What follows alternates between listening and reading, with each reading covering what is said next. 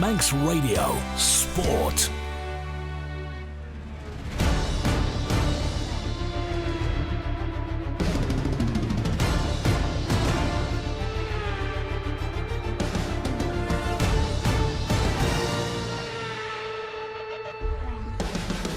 Three minutes past 5 here on Manx Radio AM, and this is Manx Radio Sports Classifieds. Thank you for joining us. Lots to bring you in the next hour. We'll have all the football analysis, rugby analysis, hockey analysis, and team news from FC Isle of Man's game at the Bowl, 6 o'clock kickoff.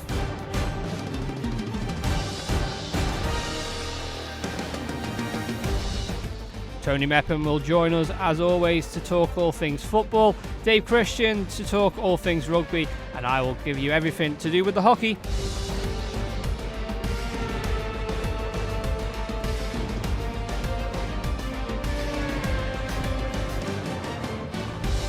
But as always, we are going to give you the classified results.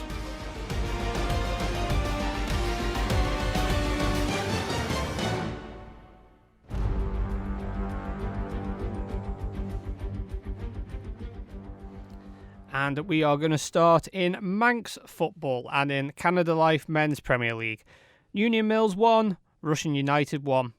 Braddon 4, Ayr United 4. Foxdale against Ramsey, match postponed. Peel 2, St Mary's 1. Douglas High School and Old Boys against St John's, match postponed. Laxey against Onchan, match postponed. Arden and Druggan Division 2. Maloo against Colby, match postponed. Ramsey Youth Centre and Old Boys 3, Castletown 3. Governors Athletic against Pulrose, match postponed. Douglas and District 0, St George's 2. Canada Life Combination 1. Russian United against Union Mills, match postponed. Ayr United 4, Braddon 3. Ramsey 8, Foxdale 0. St Mary's 2, Peel 3. St John's United against Douglas High School and Old Boys, match postponed. Onchan against Laxey, match postponed. Arden and Druggan Combination 2. Colby 1, Maloo 1. Castletown 2, Ramsey Youth Centre and Old Boys 4. Pulrose United 4, Governors Athletic 2. St George's 2, Douglas and District 1. Douglas Athletic against Douglas Royal, match postponed. Marown 2, Michael United 3. In rugby, in Counties 3, ADM Langston Cheshire. Vagabonds 15, Duckenfield 5. In hockey, in the Manx Mixed Cup, Backers A 4, Valkyries A 1. Castletown Celts 9, Vikings B 0. In the Mixed Plate semi-final, Ramsey 1, Backers C 2. Harlequins B 0, Valkyries B 3. In the Mixed Bowl, Valkyries D 1, Vikings D 1, Vikings D winning 3-2 on penalty flicks. Castletown Camags 1, Castletown Cosney 0. In Mixed Division 3, Backers Mixed Bucks against Backers D, a late result. Mixed Under 15s League, Backers 0, Valkyries 4. Castletown Sabres 1, Harlequins 2. Vikings 6, Ramsey Rogues and Rascals 0. So that is your classified results for Saturday the 15th of November. Let's start as always with football and we'll bring in Tony Mepham. Tony, a couple of cancelled games there due to waterlogged pitches, but the weather we've had today and overnight, really credit to the clubs that have managed to get the games going, really. Exactly, and it just shows you the hard work that's been put in by the ground staff throughout the summer months and obviously the start of the winter as well, because we're getting into it now. You could just feel that chill in the air today, and the rain last night was horrific. I looked out the window at 4 o'clock and I thought we're not going to have many on today, and it just shows you that if you do that pitch improvement on your pitch, then it's going to hopefully put you in good stead, and that's what's happened today. Yes, there is one or two pitches, they're not all the same, that are going to struggle, but hopefully the weather forecast not too bad tomorrow, okay-ish on Monday, so should start to dry out, and let's see if we can have a dry weekend next week. Absolutely. Let's start in the Canada Life Men's Premier League. This is the game that Rob Pritchard was at for us, and this is Union Mills against Russian 1-1. Yeah, it was a big game, this one, because certainly for Russian, we'll come to the league tables afterwards, but Uni Mills need some points, just get them out of that danger zone at the bottom. But Russian United are going for the Manx Car Store Railway Cup semi-finals, and thanks to Rob, I don't know how he finds the time. He types it out quicker than I can speak, to be honest with you. But Uni Mills started the game bright and took the lead on 14 minutes. Some brilliant team football down the left culminated in Dominic McCarry-Brennan squaring for an unmarked Jack Murray, whose first time slotted the ball into the bottom corner. Union Mills could have had one or two more in the first period, but for Murray and Tyler Hughes both missing good chances. Into the second half, and the momentum began to shift. Whilst there wasn't many clear-cut chances early on, Russian started to knock on the door with 15 minutes to go. Cameron Dudley saw a sensational 13-yard strike crash off the crossbar on the 76 minutes, and just 3 minutes after that, Aaron Hawley saw his effort from 25 yards spectacularly saved by Fred Quilliam. But the 3 minutes of normal time left, the visitors levelled with a steer-riding cross from the left, found Matty Lamb from 6 yards out, who headed low and into the back of the net. A chance miss maybe for Russian United in their race for Railway Cup qualification, whilst Union Mills edge a little bit further clearer of the bottom two. Well, we'll come to the qualification shortly, but punch ahead, good point for Union Mills. Disappointment a little bit for Russian, because if they got the three there, then it really would have put them in the driving seat. Absolutely, and just a result which has just come in the hockey in Mixed Division 3. It was Backers Mixed Bucks 1, Backers D7. Back to football matters though, 8-goal thriller here, Braddon 4, Ayr United 4. Yeah, absolutely brilliant this one, and I think it was Dan Kinraid who started it off for Braddon, and 1-0 it was. Then Sean Kelly equalised from the penalty spot to make it 1-1. Then I'm not too sure how it went, but I heard that Braddon lost a player, so down to 10, but they still kept chipping away. And Dan Kinraid got his second of the game. I think that was a penalty as well. Charlie Knight got one, and Nick Harvey for Sean Kelly. He got another goal to pull it back for Ayr United. Ben Fox, well done Ben. I work with Ben, and pretty certain he'll be telling us all about it on Monday. Well done, mate. He got a goal, and Leo Tregurtha got the other one as well. So punch ahead. Ayr United will be looking at the league table and looking at the Railway Cup just above them, and they're not going to be in it this season, but certainly Braddon, what a massive point that could prove to be at the end of the season, because now Foxdale has played 9 for 1. We've got Douglas High School Old Boys who played 10 for 5, and then Braddon with that extra point now have played 12 for 7, so all nice and tight at the bottom of the table. I was going to say that must have been a great game for the neutrals there, watching that 4-4 draw there. Absolutely humdinger. And when I look at sort of how it went, and reports just come in with both teams starting strong. Braddon drew first blood in the 10th minute with a penalty.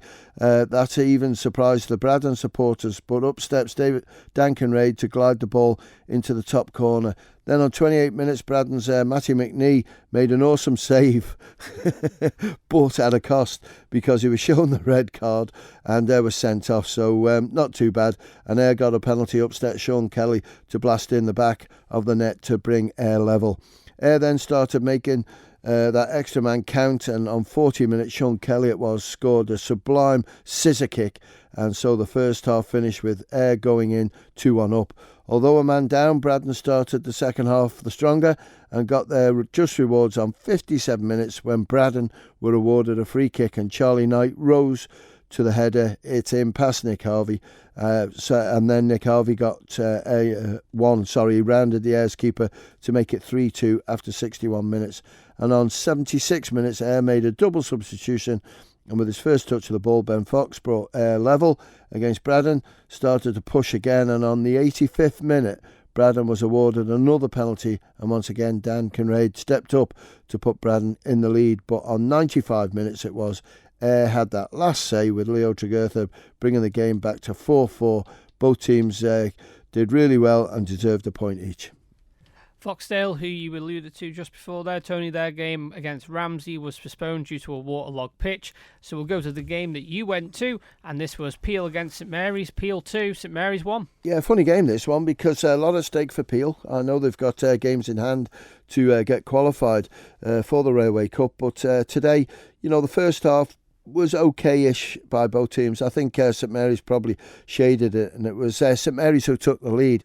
Cracking header, good cross in from the left-hand side, and Mark Wolfenden, who could have actually scored 2 or 3 minutes before that. Similar sort of scenario, ball over. He headed this one over the top, but this one he headed down to the floor and over the line. It went to give St Mary's the lead, but then within a minute and a half, Peel had equalised. Lee Gale it was. Good work through that middle, and Lee Gale got the ball. A little bit of pressure on him with the keeper there, but managed to get it past him to make it 1-1. 1-1 it was at half-time. And you just thought to yourself, well, where's this game going to go? Well, it was going St Mary's way, absolutely, in that second period. But St Mary's just couldn't quite get it past the goalkeeper, Owen Dawson, who pulled off 2 or 3 stunning saves. But then the chance came for them. When you see Thomas Brown come off the bench, who's been struggling with injury, and you just thought to yourself, this is going to go towards Peel. He wasn't on long. I think it was near enough his first touch of the game. And ball from the right-hand side, played straight into him. He controlled it really well and sort of set himself up and just struck it well past the goalkeeper's right-hand side. Stood no chance. 2-1 it was to Peel. 2-1 it finished. But credit to St Mary's second half performance. Really good. Deserved something out of the game, but they didn't get it. I must say, you and Rob did pick 2 very good games to go to today. I mean, I was listening throughout the afternoon, and they sounded like thrillers. Well, it is, because a lot at stake, because, the Manx Carstairs Railway Cup is what a competition everyone wants to be in at Christmas, and it's quite interesting. I don't know how many times I was asked today, what are you going to do now with the Railway Cup semi-finals, because you haven't got the 4 and there's no rearranged dates. We're going to tinker with the fixtures for next Saturday. We're going to have to. We've already lost the Peel v Ramsey game, and that's for reasons that everyone will be aware of. But it leaves Peel available, and we need to get Laxey now. If you want me to do the sums, Ben, I think I've calculated this right. Let's put your maths to the test then. Come on. It's given me a bit of a headache, but we'll get there tonight, and hopefully we'll notify all clubs tonight of what's happening in 7 days' time. But the way it looks at the moment, we've got Corinthians who've played 11 for 27. We've got Onchan who've played 11 for 21. We've got Peel who've played 10 for 23. We've got Laxey who've played 9 for 20. We've got Rushen who've played 11 for 20. Now, the way I see it, Rushen have got a rearranged game against St John's, so we need to get that played. Laxey need to play a fixture, whether it's against Onchan, but I've got a funny feeling in the back of my mind that it might be Onchan's free week. I'll check that when I get home. But I think Rushen's the one. They need to try and get something out of St John's. If they did, they would go on there 23.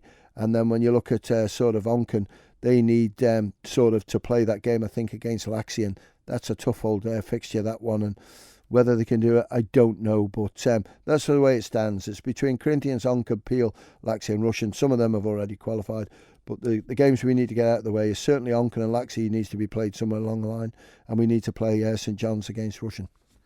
And Douglas High School and All Boys against St John's, that was postponed, as well as Laxey against Onchan. They were all both postponed due to waterlogged pitches. Now, Tony, I know there is an announcement you want to make regarding the Railway Cup, and that is a new sponsor for it. Yeah, it is. And as you know, Ben, you're involved in sport, and getting sponsorship these days is so tough. We're looking for a sponsor for the senior men's Ireland team to take us to, Ireland Games 27, 29. But the Railway Cup is one of the most prestigious competitions in Manx football. The trophy, you've seen it, is absolutely amazing. So much detail in it, and it just fits in the football calendar being played on Boxing Day. And unfortunately, our sponsor of last season didn't seem to be available for it. And I'm absolutely delighted. We'll have more information for you next week, but we've got the all clear to mention it. We didn't want to upset new sponsors, did we? But Manx Carstairs Railway Cup, it's going to be called. I can't thank you enough, and I'm sure on behalf of all of football, thank you for stepping in, because the money will go to great use in Manx football. But not only that, be proud of sponsoring such a big competition like the Railway Cup. Let's have a look at Arden and Drugan Division 2 now. There were two league games that went ahead and two that were postponed due to waterlogged pitches. The games postponed were Maloo against Colby and Governors Athletic against Paul Rose. So let's talk about the games that went ahead, and we'll start with a 6-goal thriller. Honours even, 3-3. Ramsey Youth Centre and Old Boys 3. Castletown 3. Yeah, this is huge because at lunchtime, Castletown were top of the league, had played 9 for 24 points, and Ramsey Youth Centre had played 9 for 18 points. So it was a game that I thought Ramsey Youth Centre needed to win. But it's not panic stations for them because they've proved their worth. They've sort of come back from 2-1 down at half-time and drawn 3-3. When you look at it, Ramsey Youth Centre were actually 2-0 down, then got it back to 2-2, then they were 3-2 down, then got it back to 3-3. So that's amazing character by Ramsey Youth Centre. Tony Corlett got 2, well done Tony, and Adrian Scarabuccia got the other one. But for Castletown, well, scoring against your old club is always sweet but can be upsetting as well. Well done Ross Crawford, he got one of the Castletown goals. Ollie Lee got the second, and Tom Moore got the third. So looking at that top 3 position now in Arden and Drugan Limited Division 2 is Castletown have played 10 for 25. Colby have played 10 for 23, so it's nice and tight. And then Ramsey Youth Centre and Old Boys have played 10 for 19. So a little bit adrift, but they've still got to play each other because this is the halfway stage of the season now, so they've all got to play everyone all over again, and with cup competitions and that. So there's going to be a lot of football in Division 2. But let's just hope that the weather breaks. And don't forget, anyone out there, there has been a letter sent by the Alaman FA to all clubs asking them if they would like a fixture on the 27th of December. They have until Tuesday, I think it is, to let us know. The way it is at the moment, there's quite a lot replied. Not looking favourable, which we can understand because they like some time off. But if you want a game of football and we can match them up, we'll get the game on.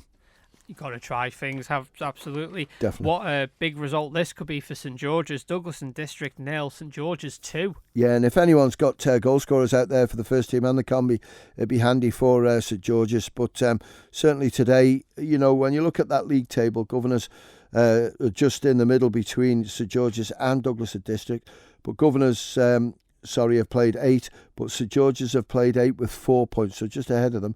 But D&D have played 12 games now with just 1. But it's just one of those that you've just got to go out there and give it your best, and that's what Douglas and District have done today. But St George's have got 3 huge points, and hopefully they can get a bit of confidence from that and climb up the table.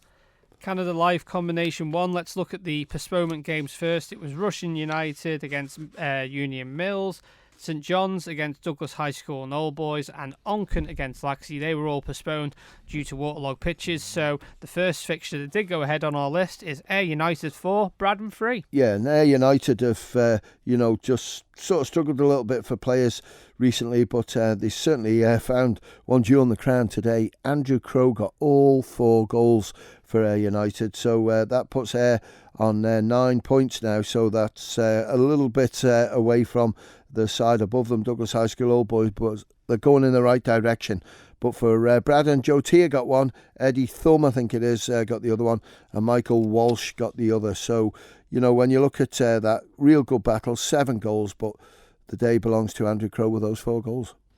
Great day for Ramsey, 8-0 against Foxdale. Well, it is, because that puts Ramsey now played 10 for 26, so they're moving clear, 5 points clear of Corinthians in the Canada Life Combination 1. Haven't got the goal scores. I've tried to get them, but no one's come back to me. But Ramsey, 3 points and winning 8-0. And if you have them, scorers 166 177 on text or WhatsApp, or you can email us here in the studio, and that is studio@manxradio.com. St Mary's 2, Peel 3. Yeah, and this was going to be close, and Darren Smethurst got one for St Mary's. Adam Vick got the other one, so well done, lads. But for Peel, well, Toby Liddle got the first, and Harry Pack, well done, Harry. Nice to see you back on the island. Got the second one, and there's a debate going on with the third. We think we've got it cleared up. Ryan Tate took the shot. It was on target. It took a deflection, but they thought it was on target. So the stato there, Colin Moore, has assured me that it was a goal, and that will be awarded to Ryan Tate. And what's more interesting, he's a goalkeeper, so it'd be nice to know if he played outfield or in goal. If he played in goal, well, that's something special. Do we have to get VAR out? Do we already? We get VAR in Manx football. Yeah, well, there's plenty of clubs around with these VOs now, so there's plenty of evidence watching the games, and I think it's good. Arden and Drugan Combination 2, just the one game that was postponed in this league, and that was Douglas Athletic against Douglas Royal. That was a waterlogged pitch. Colby against Maloo, 1-1. Yeah, 1-1, and I think there was a player sent off for each team, Colby and Maloo in this one. But Connor Thompson got the goal for Colby, not too sure got Maloo's goal. Castletown 2, Ramsey Youth Centre and Old Boys 4. 2-0 to Castletown at half-time, so a great turnaround by Ramsey Youth Centre. It was Finn Mulligan who got one for Castletown. Lewis Fletcher got the other one. But for Ramsey Youth Centre, it was Evan Johnson, Pippi Murphy and Ben Harding, and a usual free kick goal by Ray Leach. Now, Ray's pushing my age. Well, not quite that old, but he's a good age. You're still in your prime. He's at a good age, and fair play to him. You know, Ray keeps chipping away, and well done, Ray. Always love to see his name on the score sheet. And what a big 3 points that could prove at the end of the season for Ramsey Youth Centre, because I think they're in with a great opportunity of this. They're always sort of chipping away. They've won it a few years back, but you know, they're keeping the pressure on Douglas Athletic and Pulrose, and with those sort of 3 points today, it puts them a little bit closer than they were this morning. Pulrose United 4, Governors Athletic 2. Yeah, and good reports coming from this game. You know, Governors were outstanding evidently, and that's come from Pulrose. 2-2 at half-time. James Clark got 2, Callum Holden got 1, and Callum Dunn got the other. And I think it was Fabio Capito got 1, and Akdi, I think it is, Johnson. But good performance, Governors take a lot from that. And St George's 2, Douglas and District 1. Yeah, Geordie's 2-0 up at half-time. Haven't got Geordie's goal scorers, but for Douglas and District, it was Mac Matthews with his second goal of the season, and I think 16 years of age, so well done. And then final fixture is Marown 2, Michael United 3. Now, I don't know, Tony, have you had the match report that I've just had through here on WhatsApp? I have, I've got it, and I'll have a look. Hopefully it'll match. Let me have a look there. Yep, here we go. Let's give it a go. Thank you, Michael. 2-2 at half-time, end-to-end game. Moran went 1-0 up after 5 minutes, but Michael went straight up the other end and got a goal back straight away. Game was end-to-end before Michael got the lead with Bobby Baxter. Moran hit back from a long free kick to make it 2-2. Second half, a good battle between both teams. Moran unable to test the Michael goalkeeper, Michael Corlett, and the Michael backline with experienced Kenny Dyack and Rob Farragher. Wow, there's two names from the past. Moran at bay, and the game looked like going to a draw. But with only minutes to go, a ball found Bobby Baxter, whose skill and footwork rounded the keeper and slotted a good finish home to win it for the Greens. And credit to them, credit to Robbie Baxter, because, you know, when you look at what's happened to Michael over the last 2 years with losing a lot of players last year, and this year just having one team, they're rebuilding and they will get it right. There's a real strong core of committee members there who won't go, and we've seen Rob Farragher there, Kenny Dyack's another, Michael Corlett. They will make sure that this will happen. But against a top side like Moran, I think that's a fair result. Well done, 3 points. And one thing to mention as well, Bobby Baxter, 16 years old, winner there. What a moment for him. Well, it is, and there's quite a few, sort of young players coming through now, which is great to see. And I spoke to Rob last night, and I don't know if you picked up on it, Ben. I watched probably one of the most outstanding under-18 games I've seen on Wednesday evening. It's a great league, so some really good players in there. And it was Old Boys against Corinthians, and it was brilliant. Old Boys won 2-1, two really good goals by Yates. But, you know, I just thought right the way through it had everything. Excitement, a little bit of tussle-bustle. The weather was absolutely horrendous. How anyone played in that, I do not know. But, it was a big signal that, Manx football and the quality coming through is in a good place. Absolutely. So that concludes all the Manx football fixtures today here on Ireland. Looking ahead to tonight, FC Alaman against West Didsbury and Chorlton. Big game. It is a big game because, we watched the game last week. We covered it for Manx Radio, and it wasn't the best. The problem is quite clear, as I said to to Dan in the commentary was that they haven't got a Sean Doyle, they haven't got an out-and-out goal scorer. So they've all got a chip in here, there and everywhere. And last week it was Adam Adebayo's chance. And tonight, hopefully, someone will come up. I haven't seen the squad, the starting lineup. I know we're going to join Rob in a second. But, it's going to be cold down there. So if you're going down to watch the game, wrap up. But they're a good side to play against West Didsbury and Chorlton. And, again, they've had good battles right the way through with them. But credit to Rick Holden. He's sort of really improved the team, the play. He's brought new players in.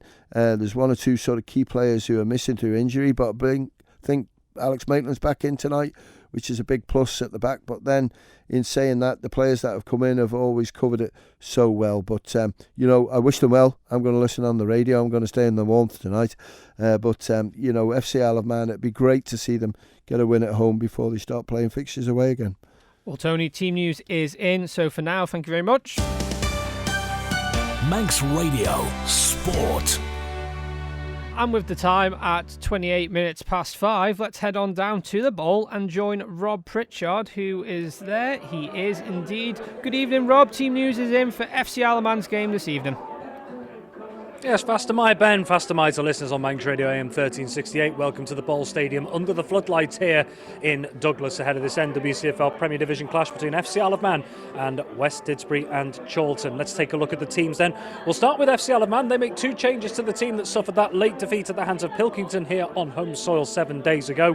Danny Gerrard and Ben Wilkinson, they both drop out. Coming in, Michael Williams and Sam Gelling. Both of those players coming in will start from the bench. The only other change in the starting 11 is two players who were in the squad last week, and that is Luke Booth dropped to the bench with Joe Middleton in from the outset. So your FC Isle of Man starting 11 is as follows. In goal is Mark Blair, and then it's Harry Best, Sam Baines, Carl Clark, Alex Maitland, João Marquez, Captain Steve Whitley, Dean Pinnington, Joe Middleton, Adam Adebayi and Charlie Higgins. Substitutes for FC Isle of Man are Michael Williams, Callum Sherry, Sam Galling, Josh Kane and Luke Booth. For the visitors, West Didsbury and Chorlton, they make a couple of changes themselves to the squad that thrashed City of Liverpool by 6-1 at the Step Places Stadium in midweek. Dropping out are Thomas Murray, Callum McGlynn and Latique Roberts, and coming in Jack McConnell and Stephen Yarwood, with McConnell coming straight into the starting 11 and Stephen Yarwood coming in on the bench. Just the 4 substitutes available for West Didsbury and Chorlton. Their starting 11 is as follows. In goal is Oliver Martin, and then it's the captain Chris Rowney, Jack McConnell, Adam Jones, Paul Riley, Sean Mosgrove, Jack Bannister, Harvey Roberts, Lewis Billingsley, Jordan Lazenbury and Brandon Dawson. And the substitutes are Billy Matthews, Caleb Parkinson, Stephen Yarwood and Victor Abadaki. Your referee this evening is Alexander Phillips, and his assistants are Stuart Morris and Matthew Shaw. Well, these two sides are familiar adversaries in the NWCFL system, should I say. In FC Isle of Man's inaugural season back in 21-22, that is when the sides both first met, and both ended up being promoted into the division they now currently reside in. Some cracking games have been taking place between these two teams in the past, and I specifically recall the first meeting between these two at the Bowl, an absolute thriller. 7 goals, and FC Isle of Man scoring twice deep into second half stoppage time to take all 3 points that evening, on the way to FC Isle of Man being promoted via the playoffs and West Didsbury and Chorlton being crowned league champions. Fast forward to now, and the two teams have had very contrasting starts to the season. FC Isle of Man's struggles early on have been well advertised, but as Tony's already mentioned, under the stewardship of Rick Holden, they've started to pick up a few more points. Last week's defeat to Pilkington was their first defeat in 6, their longest unbeaten run of the campaign so far.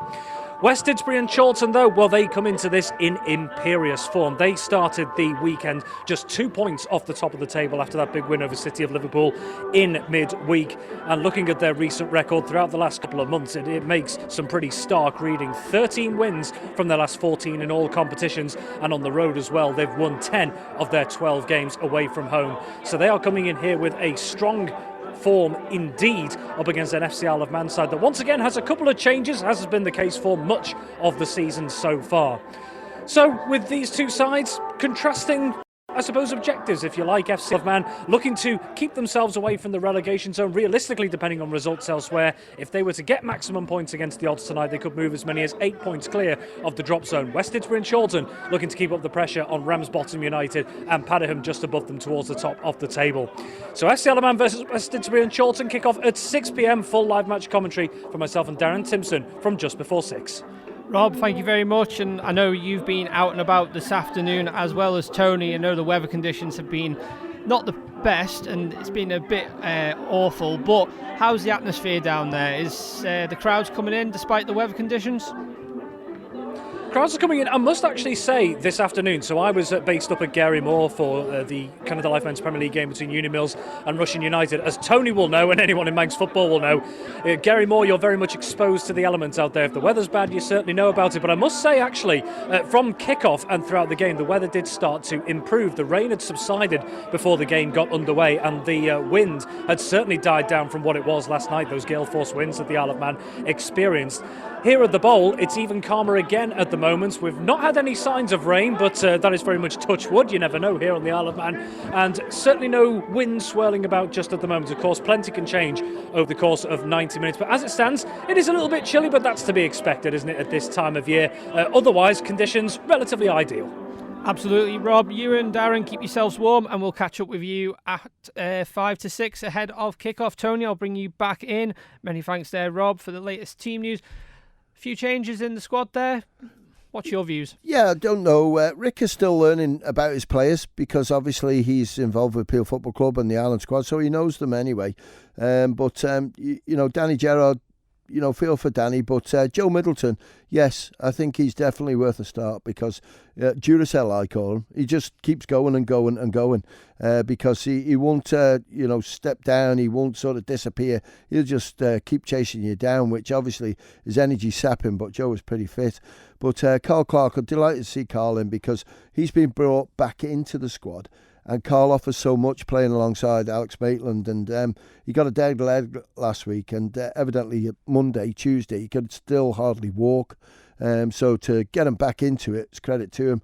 And he's so important because set pieces as well, Ben. He offers a lot, because we've got great deliveries, Steve Whitley or Charlie Higgins who takes them. And, if Carl can get in that box there, then he can sort of finish off the chances. But all across, it's good to see. It's going to be difficult because of the top side, but FC Isle of Man just get a pointer again of where they are with it, because against the top side, you sort of accept the defeat a little bit more. But when you're battling against them points at the bottom of the table, against teams that are in there with you, you need to win them on. So, yeah, I wish them well. Absolutely. Tony, we'll let you go and enjoy the rest of your evening. Thank you very much as always. Manx Radio Sport. 26 minutes to 6 here on Classifieds. Let's join Dave Christian. Dave Christian, just the one game, and that was in Counties 3, ADM Langston Cheshire. Great win for Vagabonds at home. Vagabonds 15, Duckenfield 5. Yeah, it was, Ben. An excellent result. The results appeared to be on an upward trend ahead of this game. They were picking up bonus points. They were scoring their tries. And they finally culminated with a draw last week away at Hoylake. And they followed it up this week in the best possible way with a 15-5 win over Duckenfield. It was an interesting game because the first 20 minutes were scoreless, and I was starting to scratch my head thinking, how am I going to write a match report about this? I'm going to have to start writing down things that nearly happened rather than things that did happen. But as luck would have it, Vagabonds did open up the scoring on the 22nd minute. Duckenfield attempted to clear from just in front of their own post, and the ball was fielded by prop Joe Lowe, who was an unlikely runner in the backfield. Joe took the ball on the full, and he trucked it straight line and hammered it into the Duckenfield defence. And the ball was recycled a couple of times, and Vagga's forwards decided they were going to take it on. They got close to the Duckenfield line, and the last man to touch the ball down was Joe Lowe, the fellow who'd started the move off in the first place. So congratulations to Joe. That opened up the scoring. But even then, the defences were tight. Duckenfield then managed to get down to the other end. They set up camp inside the Vaggers 22. And again, very similar to the Vagabonds score, the forwards took it in nice and close. And finally, it was second row Harry Smith who dived over. That was how it stayed until half-time, locked together at 5-5. In the second half, we were expecting some action, but we didn't really get any. The game remained tied at 5-5 until 5 minutes from the end. Vagabonds were awarded a penalty. They decided they were going to kick it. Cam Finley took the kick and missed. However, in rugby union, if there's a penalty awarded and the other team kicked for goal, you have to stand still. And one of the Duckenfield players had a sudden rush of sewage to the brain, I think. He decided he was going to try and charge down the penalty kick. Well, of course, Cam Finley missed, but you can't charge down a penalty kick, so the referee ordered it to be retaken, and Finley kicked it over the second time, and that put Vagabonds 8-5 in front. With only a few minutes left to play. With the penultimate play of the game, Vagabonds had an attack and scrummage just on the outside of the 22, and they opted to go down the narrow side of the pitch. Dan Bonwick found the gap. He drew Duckenfield fullback. He drew the fullback and sent a pop pass to his right-hand side where Rob Pease was on his shoulder, and Rob went in to score the try that pretty much secured the game. Cam Finley put the icing on the cake with a conversion from out wide, and the game was restarted, but the ball fired straight into touch, and that was the end of that. Vagabonds will pick up 4 points for this. No bonus point for them today. They didn't score 4 tries or more. Nothing for Duckenfield. They didn't finish within 7, but Vaggers do climb up the table a little bit now. They were next to bottom. They still remain next to bottom, but they've extended the gap now between them and bottom side Ramsey to 7 points. And the two play each other on the 29th, so that's going to be a corker up there at the Merrick Park. But fair play to Vagabonds. They probably just on balance did enough to win that one today, but it really, really was close. I must say, Dave, the vocabulary of analysis you've just gave us there is absolutely top-notch there.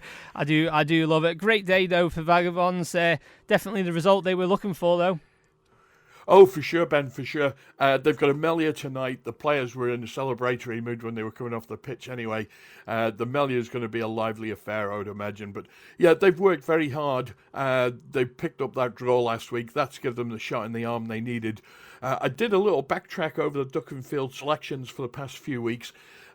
They pretty much had their first team here. They're probably missing 1 or 2 players. They had a 3-man bench today, but... one of them, Phil Smith, was telling me that there were really only 2. One of the 3 was only fit to go on. The other 2 were there just to make up the numbers. And they're missing their scrum half, I think. Johnny Sculthorpe, he's been in every game so far this season apart from today's. So hopefully Johnny will get back. Hopefully if he's not injured and it's just an availability problem, that'll make Duckenfield probably a tougher team to beat away from home. But that was pretty much what they had today, and Vagabonds did really well, so congratulations to them. They've deserved it for all the work they've been doing. And looking ahead to next week, Dave, how are fixtures looking for next week? Douglas are away at Furwood Waterloo. They're the bottom side in Regional 2 Northwest, so they'll be expecting maximum points from that as they continue their push up towards the top. Looking at the fixtures they've had and the fixtures they've got to come, league leaders Sandbach have yet to come to Douglas. And if you remember, Douglas played Sandbach away from home, were leading with about 10 minutes to go and leaked a few tries towards the end, which allowed Sandbach to take the win. Douglas do, however, have to go to North Ribblesdale, so that'll be a tough one for them. But next week, it's bottom side Furwood Waterloo. It is away from home, but Douglas should win that one. Ramsey have Burnley at the Merrick Park. I think that's probably the one we'll be covering for Saturday Live. Burnley up near the top end of the table as I frantically try and bring the league table up. Yeah, Burnley are in 3rd. I suspect that's going to be a lean day for Ramsey. And Vagabonds next week, they have a home fixture against Oldham. That's of Bella Fletcher, obviously, and Oldham are in 4th place, so that might be a tough day for Vagabonds as well. But today, take nothing away from them. They deserve their win, and they will enjoy their celebrations later tonight. Absolutely. Dave Christian, as always, thank you very much, and we'll catch up with you next week. Manx Radio Sport. 19 minutes to 6 here on Classifieds, and let's look at everything that's took place in hockey. And this weekend, league action has took a back seat, and we've had the semi-final stage of the Mixed Cup, the Mixed Play and the Mixed Bowl, and what a few finals we have coming up for you. Let's start in the Mixed Cup, and Bacchus continue their winning form with a 4-1 win over Valkyries. Elliot Reed, Andy Whiten, Tom Lofen and Jamie Brown all on the score sheet for Bacchus and Imogen Clark Cook in the score sheet for Valkyries A, meaning Bacchus, who would they face from the other semi-final in the final between Castletown Celts and Vikings B? And that is Castletown Celts with a 9-0 win over Vikings B. George Powell with 4, Dulcie Tier with 2, Tom Burrows with 1, Robbie Verlerger with 1, and James Orman with 1, meaning your Mixed Cup final is going to be between Bacchus and Castletown Celts. In the Mixed Plate semi-finals, it was a very, very close affair in our first semi-final between Ramsey A and Bacchus C. Bacchus C just coming out on top with a 2-1 win over Ramsey A. Dan Hurd for Ramsey A with Craig Leese and Jack Grimley on the score sheet for Bacchus C, meaning Bacchus C would face the winner of Harlequins B v Valkyries B. And it's the Westerners who will be meeting Bacchus C in the final with a 3-0 win over Harlequins B. Andrea Littlejohn, Ali Fiplione and Neil Jacobs on the score sheet for Valkyries B, meaning your final in the Mixed Plate is going to be between Bacchus C and Valkyries B. In the Mixed Bowl, two very, very close semi-finals here. The first one being at 12:35 at Castle Rushen High School between Castletown Camags and Castletown Cosney, with Camags just edging it 1-0. They took the victory with a Rich Tarr strike on goal, meaning Camags would face the winner of the other semi-final, which was between Vikings D and Valkyries D, and that was 1-1 at full time. So we went to penalty flicks, and Vikings D will be heading to the final thanks to a 3-2 victory on flicks, and we have been asked to give James Craig a shout out, a tremendous penalty flick save to give Vikings that final spot. In the mixed under-15s leagues, we had 3 games there. The first being Bacchus against Valkyries. That was a 4-0 win to Valkyries. Emily Moyer, Ria Marr, Sergia Kell and Evie Martins on the score sheet for Valkyries. Castletown Savers 1, Harlequins 2, Zach Barlow and Aidan Leslie on the score sheet for Harlequins, with Oscar Garaguski on the score sheet for Castletown Savers. And then finally in this league, it was Vikings 6, Ramsey Rogues and Rascals 2. Charlie Dorman with 2 goals for Ramsey, and then for Vikings it was Theo Roberts with 5 and Dylan Pullman with 1. We did have one rearranged fixture in the league action, and that was in Mixed Division 3, and it was a derby between Bacchus Mixed Colts and Bacchus D. Bacchus D coming out a 7-1 victory here. Christian Davies with 2, Kyle Benyon with 2, Dave Neal with 2, and Jason Haswell with 1. And the consolation coming from Bacchus Mixed Bucks, Cal Joyce. So that concludes your hockey fixtures there. So just a reminder, your cup final will be between Bacchus A and Castletown Celts. Your mixed plate final will be between Bacchus C and Valkyries B. And your mixed bowl final will be between Vikings D and Castletown Camags in the bowl. So that's Castletown Camags v Vikings D. These are due to take place on the 13th of December, and I'm sure we'll definitely try and get on down there to cover the final action for you. But for now, that is all your hockey results. Manx Radio Sport.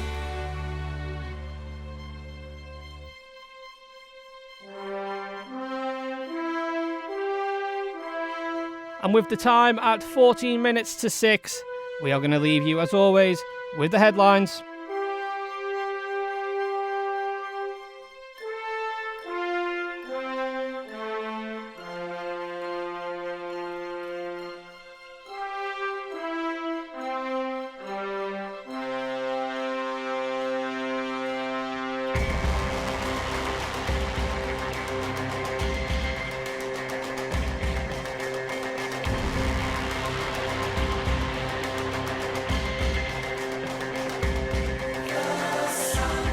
In Canada Life Men's Premier League, Union Mills and Rushen couldn't be split, Braddon and Ayr couldn't be split, but Peel got 2 past St Mary's in a 2-1 victory. In Arden and Drugan Division 2, a 6-goal thriller between Ramsey Youth Centre and Old Boys against Castletown, and St George's get a big win 2-0 over Douglas and District. Canada Life Combination 1 wins for Ayr United, Ramsey and Peel.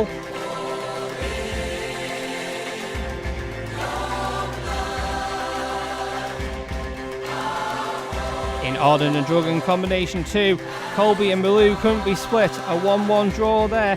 Castletown just lose out to Ramsey Youth Centre and Old Boys by 4 goals to 2, and Pull Road United get 4 past Governors Athletic with 2.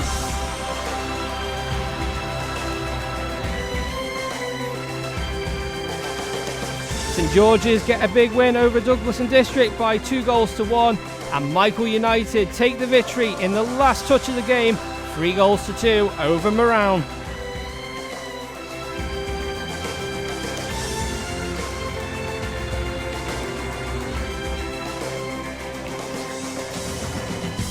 In rugby, just the one game today in Counties 3, ADM, Lancs and Cheshire, and a big win at home for Vagabonds. They win by 15 points to 5 over Duckenfield.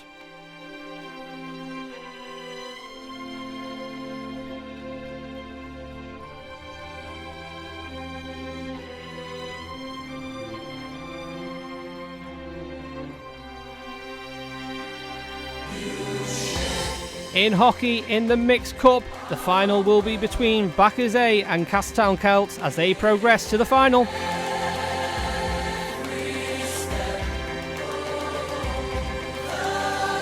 In the Mixed Plate semi-final, Backers C just edge it over Ramsey by 2 goals to 1, and Valkyries B get the better of Harlequins, meaning your final in the Mixed Plate semi-final is between Backers C and Valkyries B.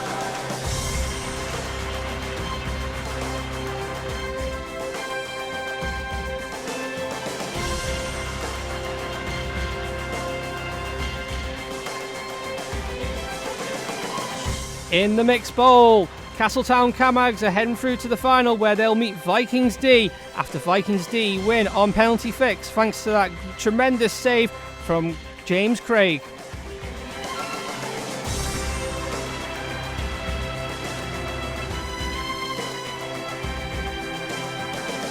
In the Mixed Under-15s League, wins for Valkyries, Harlequins and Vikings.